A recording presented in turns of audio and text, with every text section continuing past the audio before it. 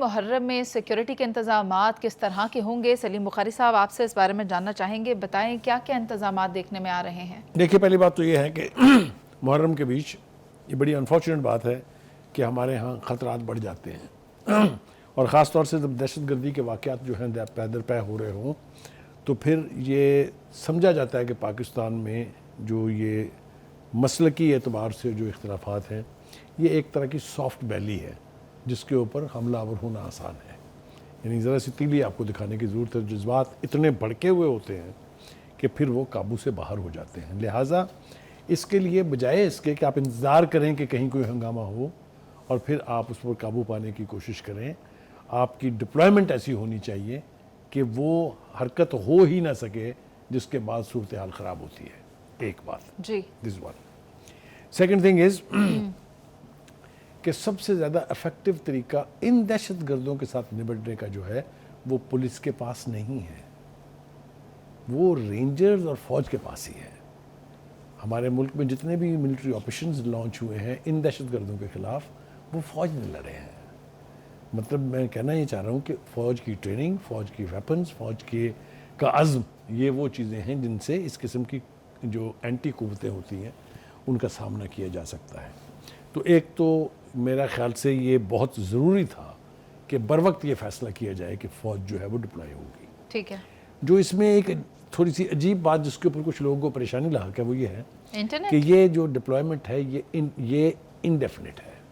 اچھا. یعنی یہ نہیں ہے کہ 1 محرم سے 10 محرم تک رہے گی، بلکہ اس کی وضاحت میں یہ کہا گیا ہے کہ اس کی واپسی کا فیصلہ جو ہے زمینی حقائق کو دیکھ کے مقامی حکومتوں کے ساتھ مل کے کیا جائے گا. یعنی کہ انڈیفینٹ ہی ہے. لکھا ہوا نوٹیفیکیشن کا حصہ ہے کہ یہ تعیناتی جو ہے یہ انڈیفینٹ پیریڈ کے لیے ہے. ٹھیک ہے جی. ایک تو یہ ہو گیا. میں سمجھتا ہوں کہ اس کو اپریشیٹ کرنا چاہیے کہ بر وقت قوت کو ڈپلائی کر کے، اپنی فورسز کو ڈپلائی کر کے کسی بھی انفارچونیٹ سچویشن سے اگر بچا جا سکتا ہے تو ضرور بچنا چاہیے. اچھا، کیا محرم تک ڈیفائن رہے گی؟ ہم توقع کرتے ہیں کہ اگر محرم خیر خیریت سے گزر جاتا ہے، جو کہ اللہ نے چاہا تو گزرے گا، تو پھر اس کے بعد ضرورت نہیں رہتی نا ڈپلائمنٹ کی. جی. کیونکہ یہ یاد رکھیں کہ آرمی کو ڈپلوائے کرنا یہ کوئی عیاشی نہیں ہے، یہ کافی مہنگا کام ہے. اس کے اوپر بہت اخراجات جو ہیں وہ ہوتے ہیں. جب آپ فوج کو فیلڈ میں بھیج دیتے ہیں تو اس کے لاجسٹکس کا، اس کی فوڈ سپلائیز کا، اس کے ریشن کی سپلائیز کا، یہ کافی مطلب ایکسٹرا آرڈنری خرچہ ہوتا ہے. ایک ہو گیا. دوسری بات یہ ہے کہ کچھ اور بھی احتیاطی تدابیر اختیار کی گئی ہیں. مثال کے طور پہ ڈرون کے ذریعے محرم کے جلوسوں کی کوریج پر پابندی لگا دی گئی ہے. ٹھیک ہے جی. لیکن ہمارے جو محسن نقوی صاحب ہیں انہوں نے موبائل اور انٹرنیٹ سروس کے اوپر پابندی لگانے کی مخالفت کی اور یہ کہا ہے کہ پچھلے سال ہم نے پنجاب میں یہ پابندی نہیں لگائی تھی اور خیر خیریت سے ہو گیا تھا. سر کہہ رہے ہیں بھی مشاورت کریں گے اس پر صوبوں کے ساتھ. میں آپ سے جاننا چاہتی ہوں سندھ ہائی کورٹ والے معاملے پر جو وزارت داخلہ نے جواب جمع کروایا. جی میں آ رہا ہوں اسی طرف. یہ ہے ایکس کی پابندی کے حوالے سے، یعنی جو سابقہ ٹیوٹر ہے اس کی پابندی. دیکھیے، پاکستان حکومت کے پاس اور پاکستان کی ایجنسیز کے پاس بے پناہ ایسے شواہد موجود ہیں کہ پچھلے سالوں میں، خاص طور سے گزشتہ سال 1.5 سال میں اس کا انتہائی غلط استعمال کیا گیا پاکستان میں استحکام کو یعنی تباہ کرنے کے لیے. کیسے؟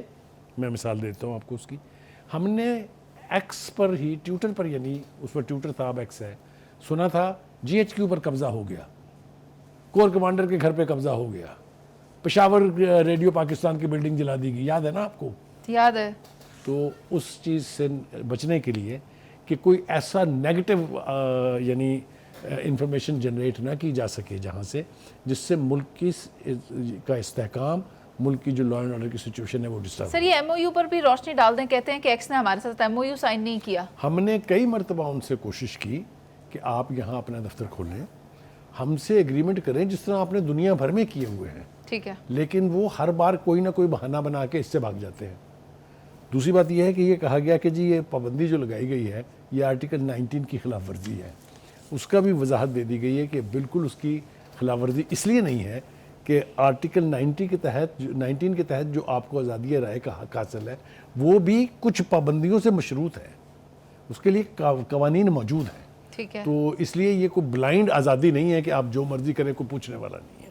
ایک بات. دوسری بات یہ ہے کہ یہ بھی کہا وہ جو جواب جمع کرایا گیا ہائی کورٹ میں کہ بھائی ہمارے پاس اس کے علاوہ اور کوئی چارہ نہیں تھا صحیح کہ ہم اس کے اوپر پابندی لگا دیں. تو میں ٹھیک ہے. سمجھتا ہوں کہ حکومت کانشیس ہے.